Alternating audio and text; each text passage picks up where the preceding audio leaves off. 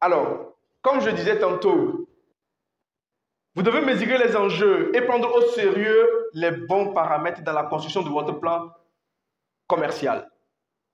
Vous voulez faire votre stratégie, on l'a dit, ça repose sur un plan. Et les bons paramètres, c'est l'équipe. Si je commence à parler de l'équipe, on ne va pas finir aujourd'hui. Mais tout ce que je peux dire là-bas, c'est qu'aucune entreprise ne doit recruter un commercial. Je dis, je mesure mes mots, je reprends. Aucune entreprise ne devrait recruter un commercial s'il n'a pas de responsable commercial. Et les rares fois où cela peut arriver, c'est parce que l'entrepreneur lui-même s'est fait former comme responsable commercial. Bon, peut-être qu'on va dire que c'est ma chose, c'est pourquoi je le dis. Mais les conséquences aussi sont là. Chaque jour, on les voit. Parce que tu recrutes des commerciaux, déjà tu recrutes quelles compétences? Tu ne sais pas. Les enfants, ils viennent, tu dis, ils ne viennent pas. Quel est le problème? Tu penses que c'est eux. Souvent, ça peut être le management, mais comment tu vas savoir? Tu n'es pas responsable commercial, tu n'es pas technicien. Si le produit est en défaut, s'il faut faire une étude complémentaire, si vous n'avez pas fait une bonne structuration, si vous n'avez pas fait une bonne segmentation, comment tu sais, toi l'entrepreneur, tu n'es pas fait pour ça? C'est pourquoi il faut un bon responsable commercial qui peut gérer. Ou à défaut, vous confiez à un cabinet qui sait ce qu'il va faire. Et là, il peut guider vos commerciaux. Et eux, entre vous et les cabinets, vous avez ce qu'on appelle une obligation de résultat. Point. Vous les payez pour un résultat, ce résultat doit être tenu. Pour le reste, on a un responsable commercial et puis après, on développe l'équipe. Mais l'inverse, c'est contre-indiqué.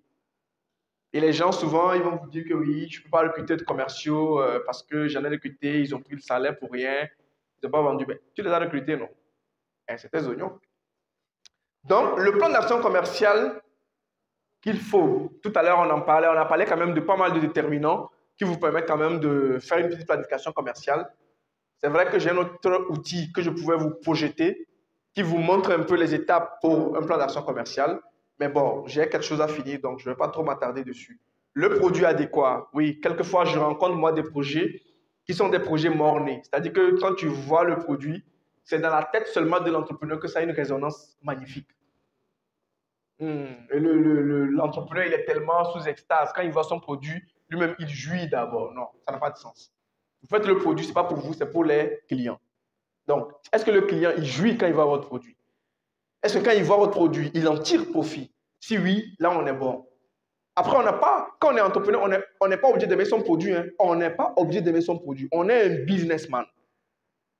Beaucoup d'entrepreneurs investissent, beaucoup de financiers, beaucoup d'investisseurs mettent de l'argent dans des projets, ils s'en foutent de les aimer. Est-ce que c'est rentable? Soit tu aimes l'argent, soit tu n'aimes pas l'argent. C'est vrai que l'indice d'aimer quand même son projet avant de s'y lancer, c'est fondamental, mais c'est pour dire que ce n'est pas suffisant en fait. Aimer son projet ne veut pas dire que vous l'avez réussi, non. Et quelquefois, je me suis rendu compte que cela amenait les entrepreneurs à faire beaucoup d'erreurs. Tellement ils aiment leur projet que, bon, à un moment, même la moindre observation que vous leur faites sur leur produit, ils pensent que c'est adressé à eux. Donc finalement, ils ne sont pas spécialistes, ils ne comprennent pas. C'est pourquoi souvent, il faut aussi délocaliser la vente. Tu prends un bon commercial, un bon responsable commercial, et puis ils vont te faire le boulot qu'il faut. C'est aussi bien. Maintenant, je comprends aussi que dans l'environnement dans lequel nous sommes, les équipes commerciales, c'est compliqué. Oui, ça aussi, je fais mon meilleur culpa entre les cabinets d'expertise en développement commercial. Il n'y a pas d'école qui forme les commerciaux. Il n'y en a pas. Il n'y en a pas. Moi-même, quand je cherche des commerciaux, je bave pour trouver. Et quand je trouve quelqu'un, je ne le recrute pas parce qu'il peut faire le truc, mais je le recrute parce que j'ai identifié en lui du potentiel. Point. Et quand je le prends, je suis un cabinet, je forme. Donc quand je le prends, je le mets sous formation. Je développe ses aptitudes, je développe ses compétences, je donne les outils et puis je le manage. Donc c'est très complexe. C'est pourquoi quand souvent les entrepreneurs me recrutent les commerciaux, je ris.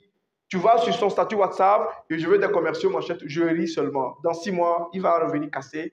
Il a perdu de l'argent, ça n'a pas marché, c'est tout bizarre. C'est pourquoi je dis souvent, si vous n'avez pas d'argent, il faut même arrêter de dire ça. Quoi. Parce que quelqu'un dit même que ce n'est pas l'argent qui fait le projet. Quand on a la bonne idée, quand on a les bonnes, je vais dire projections, on va trouver l'argent pour ça. C'est aussi ça l'entrepreneuriat. L'entrepreneuriat, ce n'est pas juste de créer le produit, c'est aussi de savoir chercher de l'argent. C'est aussi de savoir avoir des partenaires, des associés. C'est aussi ça aussi l'entrepreneuriat. Ce n'est pas juste d'avoir une bonne idée et puis c'est bon. Non, non. Ce n'est pas suffisant. Ce n'est pas suffisant. Et beaucoup d'entrepreneurs s'en sortent cassés parce que oui, effectivement, ils mettent un peu de jetons dans le projet et ça ne répond pas comme ça, enfin comme ils le souhaitent. Bah, tu n'as pas fait ce qu'il faut. Donc, le peu que tu as mis, ça va partir en fumée. Alors, le positionnement idéal, je ne vais pas y aller. D'accord? Je ne vais pas y aller. C'est complexe ici. D'accord? C'est-à-dire de structurer son offre commerciale, de voir c'est quoi le prix juste, le contenu. D'accord? C'est quoi les conditions de prestation. Et en général, nous, cabinets, on se démarque vraiment des incubateurs. Ici, c'est un incubateur Nouya Lab. Vous avez une idée, vous arrivez ici, ils vont vous aider. Mais par exemple, nous, cabinets de développement commercial, on a une différence un tout petit peu. Comme on est des commerciaux, si on se rend compte que ton idée est là, elle peut être innovante. Mais si on se rend compte que nous, on ne peut pas la vendre, nous, on te dit de partir. Parce qu'au finish, à la fin de la journée, l'entrepreneur, il faut qu'il vende. Alors, ce n'est pas pour dire qu'on n'aime pas les projets innovants. Mais je ne veux pas d'un projet innovant qui va me dépenser sans rentabilité immédiate. Bon, quand je dis immédiate, dans les 2 ans, quoi. Voilà. Donc, ça, c'est un peu la petite valeur ajoutée. Pas pour dire qu'on n'aime pas les projets innovants. Non, on adore les projets innovants. Mais il faudrait que le projet innovant réponde à un besoin. S'il est innovant et il est superficiel, ça ne marche pas. Pourquoi? Parce que la plupart des entrepreneurs n'ont pas de l'argent. C'est-à-dire que tu ne vas pas voir un entrepreneur qui dit « Moi, pendant 5 ans, je vais investir dans mon projet et attendre la 5e année pour avoir de la rentabilité. » À moins que tu sois héritier. Sinon, les entrepreneurs, ils mettent l'argent ce mois. À la fin du mois, ils veulent copter quelque chose parce qu'il a les factures, il a les engagements. Donc, un peu de prudence. Bon, pour la fidélisation, tout à l'heure, on en parlait. Si vous perdez tous les clients que vous gagnez, vous allez vous mettre à recommencer. D'accord? On aurait pu aussi faire une formation sur la gestion de la relation client.